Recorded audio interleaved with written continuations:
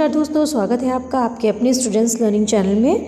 हम लोग पढ़ रहे हैं एक रचना अनुवाद कौमुदी अभ्यास 8 को देख रहे थे। अभ्यास 8 का उदाहरण वाक्य हम लोग देख चुके थे और आज हम लोग संस्कृत बनाओ देखेंगे। एक उदाहरण वाक्य में एक मुझे थोड़ा कन्फ्यूज़न लग रहा था, आप एक बार इसको फिर से देख लीजिए। कि रवि मरीचिभिः अतपत, इसको मैंने अपतत बताया। अपतत भी होता है, अपतत मतलब गिरना, और अतपत मतलब होता है कि उसको तपा देना। अतपत मतलब तपाया, लंग लकार है। तो सूर्य मरीचिभिः किरणों के द्वारा तपाया, ये हाँ। और मैंने अतपत बोला था, यानी कि सूर्य किरणों के द्वारा गिरा, ये मैंने बोला था। और इसका जो है अतपत यदि हम कहेंगे तो होगा सूर्य किरणों के द्वारा तपाया। आगे देखते हैं, ये संस्कृत बनाओ में इसको हम लोग एक एक करके समझेंगे। देखिए, राम गेंद से खेला, राम गेंद से खेला। तो राम देखिए एक ही है, इसको हम राम को हम बोलेंगे रामः। गेंद से खेला तो क्या हो जाएगा, कंदु केन, रामः कंदुकेन, और खेला अक्रीडत, रामः कंदुकेन अक्रीडत। देखिए इसमें हलंत लगाया है हमने। और जहाँ तक मेरी राइटिंग की इसकी बात है, लिखावट की बात है, तो दोस्तों मैं हाथ से लिख रही हूँ, तो इस वजह से ये थोड़ा सा ऊपर नीचे हो जाता है। वैसे अक्षर सारे स्पष्ट होते हैं, आप ध्यान दीजिएगा। तो ये देखिए फिर से क्या है, उंगलियों से लिख रही हूँ मैं। तो राम गेंद से खेला, तो रामः कंदुकेन अक्रीडत। यदि दंडे से, अब यहाँ गेंद से खेला कर्तृकरणीय तृतीया सूत्र से, यहाँ पे करण को तृतीया हुई है, ठीक है। अब यदि डंडे के द्वारा चला तो यहाँ भी कर्तृकरणीय तृतीया सूत्र से डंडे में क्या हो जाएगा, तृतीया विभक्ति हो जाएगी। तो यति अर्थात सन्यासी, तो यति ही।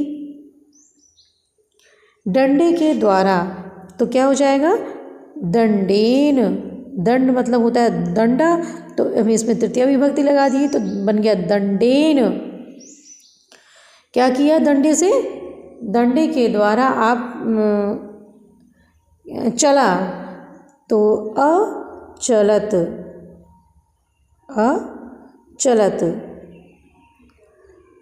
अचलत, इसमें भी हलंत लगाएंगे।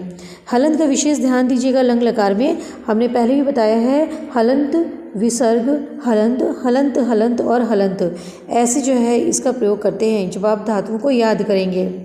हाँ, उसका ध्यान देते हुए तब आप अनुवाद करिएगा। फिर आगे देखिए क्या है, हाँ देखिए आगे, कवि ने, इसको हम छोटा कर दिए लिखने के लिए, कवि ने गाया, कवि ने क्या किया, गाया। तो कवयः, कवि एक है कि बहुत सारे हैं, कवय मतलब तो बहुत सारे कवि हो गए ना, तो कवि एक ही ठो है, तो हम बोल देंगे कवि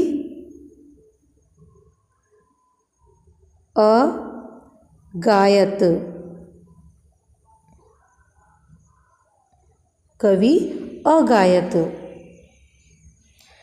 आगे देखिए, आग ने नगर को जलाया, आग ने नगर को जलाया। तो जलाने को कहते हैं दह, दह मीन्स जलाना, और जलना होता है ज्वल, दह धातु मतलब जलाना। तो आग ने, तो अग्नि, क्या हो जाएगा दोस्तों, अग्नि ही, अग्नि ही। क्या किया, अग्नि ने नगर को जलाया, तो अग्नि ही नगरम अज्वलत, अग्नि ही नगरम अज्वलत, ठीक है। आगे बढ़ते हैं, सूर्य ने किरणों से लोक को तपाया। सूर्य ने तो क्या हम बोलेंगे, सूर्य को क्या बोलेंगे, सूर्यः, सूर्यः। क्या किया सूर्य ने, सूर्य ने किरणों के द्वारा, अब देखिए किरण बहुत सारे हैं यहाँ पे। किरण कितने हैं? बहुत सारे किरण। एक दो किरण की बात नहीं हो रही, किरणों के द्वारा बहुवचन है तो मरीचि बोलते हैं किरण को। तो हम क्या बोलेंगे? मरीचि भी, मरीचि भी,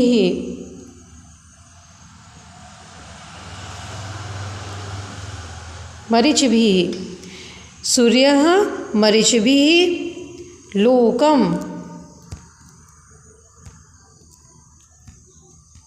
लोकम, लोक को और क्या किया? तपाया, यानी कि अतपत, अतपत। सूर्यः मरीचिभिः लोकम अतपत। सूर्य ने किरणों से लोक को तपाया। हाँ, यहाँ भी आप करती आपका जो सूत्र है, कौन सा सूत्र है? कर्ति कर्णियुस् तृतीया सूत्र। कर्ति कर्णियुस् तृतीया सूत्र से यहाँ पे भी किरण में क्या हो गया है? करण कारक हो गया है। हाँ, तृतीय विभक्ति लग गई है। आग कब जली? तो आग कब जली तो कैसे बोलेंगे हम इसको? अग्नि कदा, और जली, जली मतलब खुद को जलना। यदि स्वतः जलती है तो बोलेंगे ज्वल धातु होती है, तो अज्वलत, अग्नि कदा ज्वलत। ठीक है, अब आगे देखिए, सन्यासी ने वहाँ तप किया। सन्यासी ने वहाँ तप किया, तो सन्यासी, सन्यासी ने वहाँ तप किया तो लिखेंगे सन्यासी को क्या हम बोलेंगे? यति, यति ही तत्र। तप धातु है तो तप धातु का तप किया लंग लकार है तो बोलेंगे अतपत,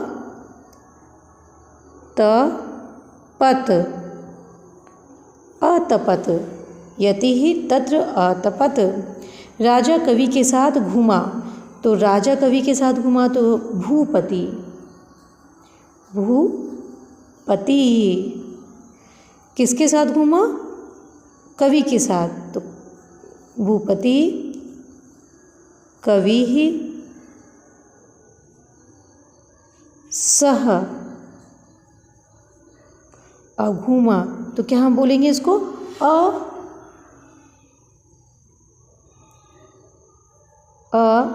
अचरत, अचरत। चर धातु है। हाँ, चरती, चरती चरता बनता है। चर मतलब होता है घूमना। ठीक है, चर का मतलब क्या होता है? चलना या फिर घूमना। तो अचरत, भूपति कवि सह अचरत। अब एक चीज़ आप याद रखिए कि यहाँ पे सह लगने के कारण यहाँ पे कवि में कविना हो जाएगा दोस्तों ना। यहाँ पे कवि नहीं रहेगा, यहाँ पे कविना हो जाएगा। कौन से सूत्र के कारण हो जाएगा? देखिए, तुरंत हमने देखा और सुधार किया कि क्या हो जाएगा यहाँ पे दोस्तों कि भूपति ही कविना, तृतीय विभक्ति हो जाएगी।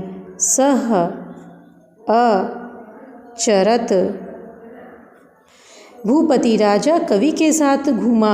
अब यहाँ पे सह होने के कारण सहयुक्त अप्रधानी सूत्र से कवि में तृतीय विभक्ति एक वचन हुआ है, तृतीय विभक्ति का प्रयोग किया गया है। ठीक है, अब आगे देखिए क्या है कि राजा, राजा थोड़ा सा और बड़ा कर लीजिए। राजा भूपति के साथ, यानी राजा या भूपति राजा के साथ सेनापति यहाँ आया। क्या किया? यहाँ पर आया। तो क्या हो जाएगा दोस्तों कि राजा के साथ, तो भूपति,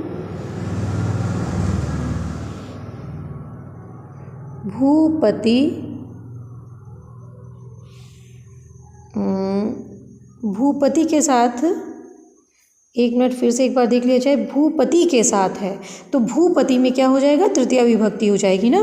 भूपति में साथ लगा है तो भूपतिना सह कौन आया? प्रजापति ही, प्रजापति ही आगच्छत।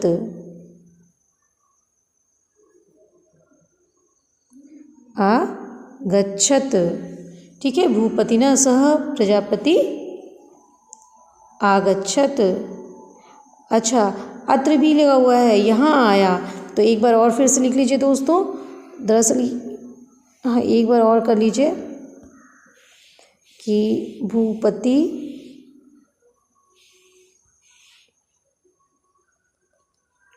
भूपतिना सह प्रजापति अत्र आगच्छत।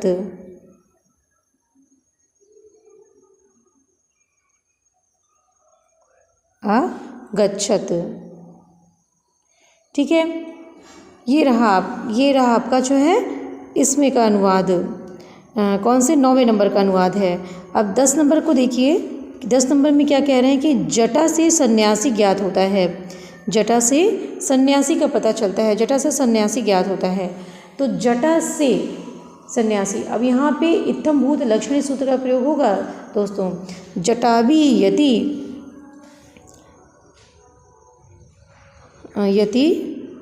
जान पड़ता है या फिर ज्ञात होता है, तो जटाभि यति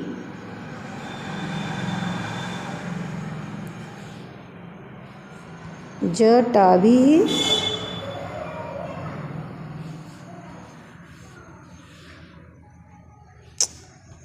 एक मिनट, जटाभि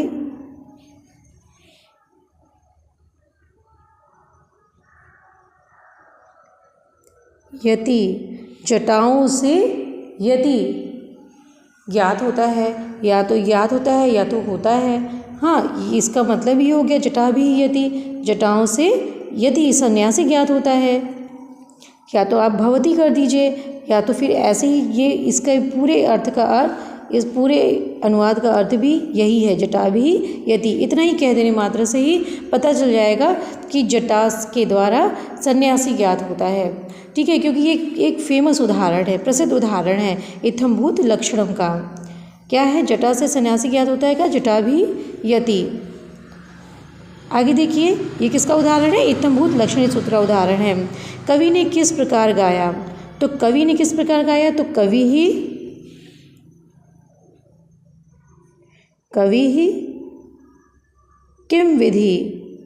किम विधम गाया अगायत। कवि ही किम विधि अगायत। फिर यति मुनि 12 नंबर देखिए, यति मुनि के साथ हरि के पास गया। यति जो है सन्यासी जो है, यति मुनि के साथ, तो यति मुनिना सह किसके पास गया, हरि के पास गया। मुनिना सह हरिम निकषा गया अगच्छत। अब देखिए दोस्तों, अब यहाँ पे गौर करिए कि यति ही मुनिना, यहाँ पे सह आ जाने के कारण मुनिना में तृतीया विभक्ति एकवचन हो गया है। सहयुक्त अप्रधान्य सूत्र के कारण तृतीया का प्रयोग किया गया है, और निक्षा आने के कारण हरि में द्वितीय विभक्ति का प्रयोग हुआ है। हरि में द्वितीय विभक्ति का प्रयोग हुआ है, हरिम हो गया है। कहते हैं ना, कौन सा सूत्र है आपका, इसके पहले आप सूत्र में पढ़ चुके हैं कि समय स्थान आपका प्रयोग है ना, कि समय, निक्षा और पास इत्यादि की जो शब्द आएंगे, तो उसमें कौन सा हो जाएगा आपका, अभितः, परितः, समय, निक्षा, हा, प्रति, अनु, इनके साथ में। तो इस तरह से 12 नंबर क्या हो जाएगा, यति ही मुनिना हरिम निक्षा अगच्छत। अभितः, परितः, समय, निक्षा के कारण हरि में आपका हो गया है द्वितीय विभक्ति का प्रयोग हुआ है। 13 नंबर देखिए क्या है कि पहाड़ के ऊपर सूर्य तपा। पहाड़ के ऊपर सूर्य तका। देखिए ऊपरी ऊपरी आ गया, ऊपरी ऊपरी। अब यहाँ भी ऊपरी ऊपरी, अधोपरी इत्यादि, उपरि, अध्योपरि इत्यादि शब्द जहाँ भी आता है तो वहाँ पे कौन सी विभक्ति होती है दोस्तों? उभयतः, सर्वतः, धिक्, उपरि, अधो, अधः, अध्यधि, यहाँ पे भी आपकी द्वितीय विभक्ति का प्रयोग होता है। तो पहाड़ के ऊपर, तो पहाड़ में क्या हो जाएगा? द्वितीय विभक्ति का प्रयोग हो जाएगा। पहाड़ अर्थात गिरि, गिरिम, उपर्यु परि, गिरिम उपर्यु परि, सूर्य तपा, सूर्यः, उपर्यु परि सूर्यः, अतपत। ठीक है, गिरिम उपर्युपरि सूर्य अतपत, पहले की द्वितीय विभक्ति और ये करण कारक, ये दोनों आप जो है करते हुए चलिए, क्योंकि इसमें इस अनुवाद में ज़्यादा से ज़्यादा द्वितीय और तृतीया का प्रयोग है। फिर आगे देखिए क्या है, 14 नंबर, राम बंदरों के साथ खेला। तो राम बंदरों के साथ खेला क्या हो जाएगा दोस्तों? कि राम बंदरों के साथ खेला ना, तो रामः, अब बंदर एक नहीं है, बहुत सारे हैं, तो बोलेंगे कपयः, के साथ है, बंदरों के साथ है दोस्तों। हाँ, एक बंदर नहीं है, बहुत सारे बंदर हैं। कब बंदरों के साथ, साथ सह भी लगाएंगे और बहुत सारे बंदर भी, यानी कि तृतीय विभक्ति बहुवचन का हम प्रयोग करेंगे। तो क्या हो जाएगा? तृतीय विभक्ति बहुवचन में क्या बनाएंगे? कपिभिः, रामः कपिभिः सह अक्रीडत। ठीक, आगे देखिए क्या है, मुनि राजा के साथ बैठा। तो मुनि राजा के साथ बैठा, तो मुनि, मुनि, मुनि के साथ किस में आ रहा है? राजा के साथ में। तो भूपतिना, मुनि भूपतिना सह बैठा, अतिष्ठत, क्या हो जाएगा? अतिष्ठत, मुनि भूपतिना सह अतिष्ठत, बैठा। मेघ वर्षा, मेघ वर्षा, मेघ वर्षा मतलब मेघः, मेघः, और बरसना वृष धातु होती है, तो अवृषत। ठीक है, मेघ वर्षा। आगे देखिए, कवि और मुनि ने पुस्तकें लिखी। कवि और मुनि द्विवचन है, ने पुस्तकें लिखी। कवि ही, मुनि ही, च, और भी है ना, तो कवि मुनि ही च पुस्तकें, पुस्तकानि, पुस्तकाणि, क्या की? लिखी, लिखत। कवि ही मुनि ही च पुस्तकाणि अलिखत। फिर देखिए, राजा और सेनापति ने लोक की रक्षा की, संसार की रक्षा की। तो राजा और सेनापति ने, तो राजा भूपति, प्रजापति,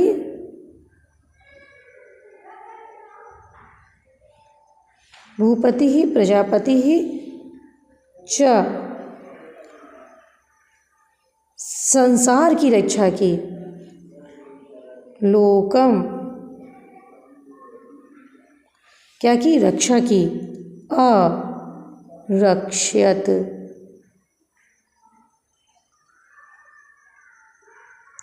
अरक्ष्यत। यहाँ एक बार फिर से लिखा जाए इसको, भूपति ही,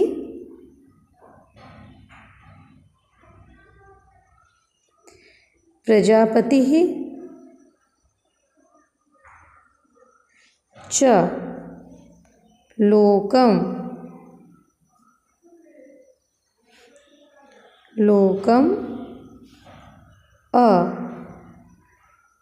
अरक्षत। ठीक है। फिर देखिए क्या है, यति ने सूर्य को नमस्कार किया, सन्यासी ने सूर्य को नमस्कार किया, तो यति ही सूर्य को नमस्कार किया, सूर्यम, यति ही सूर्यम नमस्कार किया, अनमत। ठीक है, यति ही सूर्यम अनमत। फिर है आपका बंदर बालकों के साथ खेला, तो एक ही बंदर खेला है दोस्तों, तो लिखेंगे हम कपि।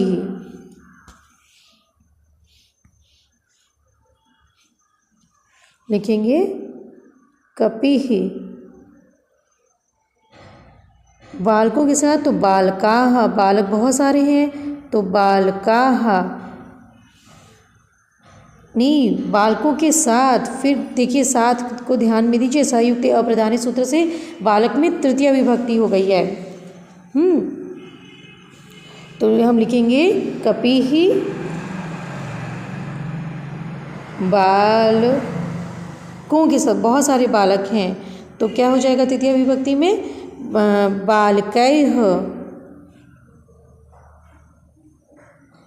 कपि ही बालकैः खेला, अक्रीडत।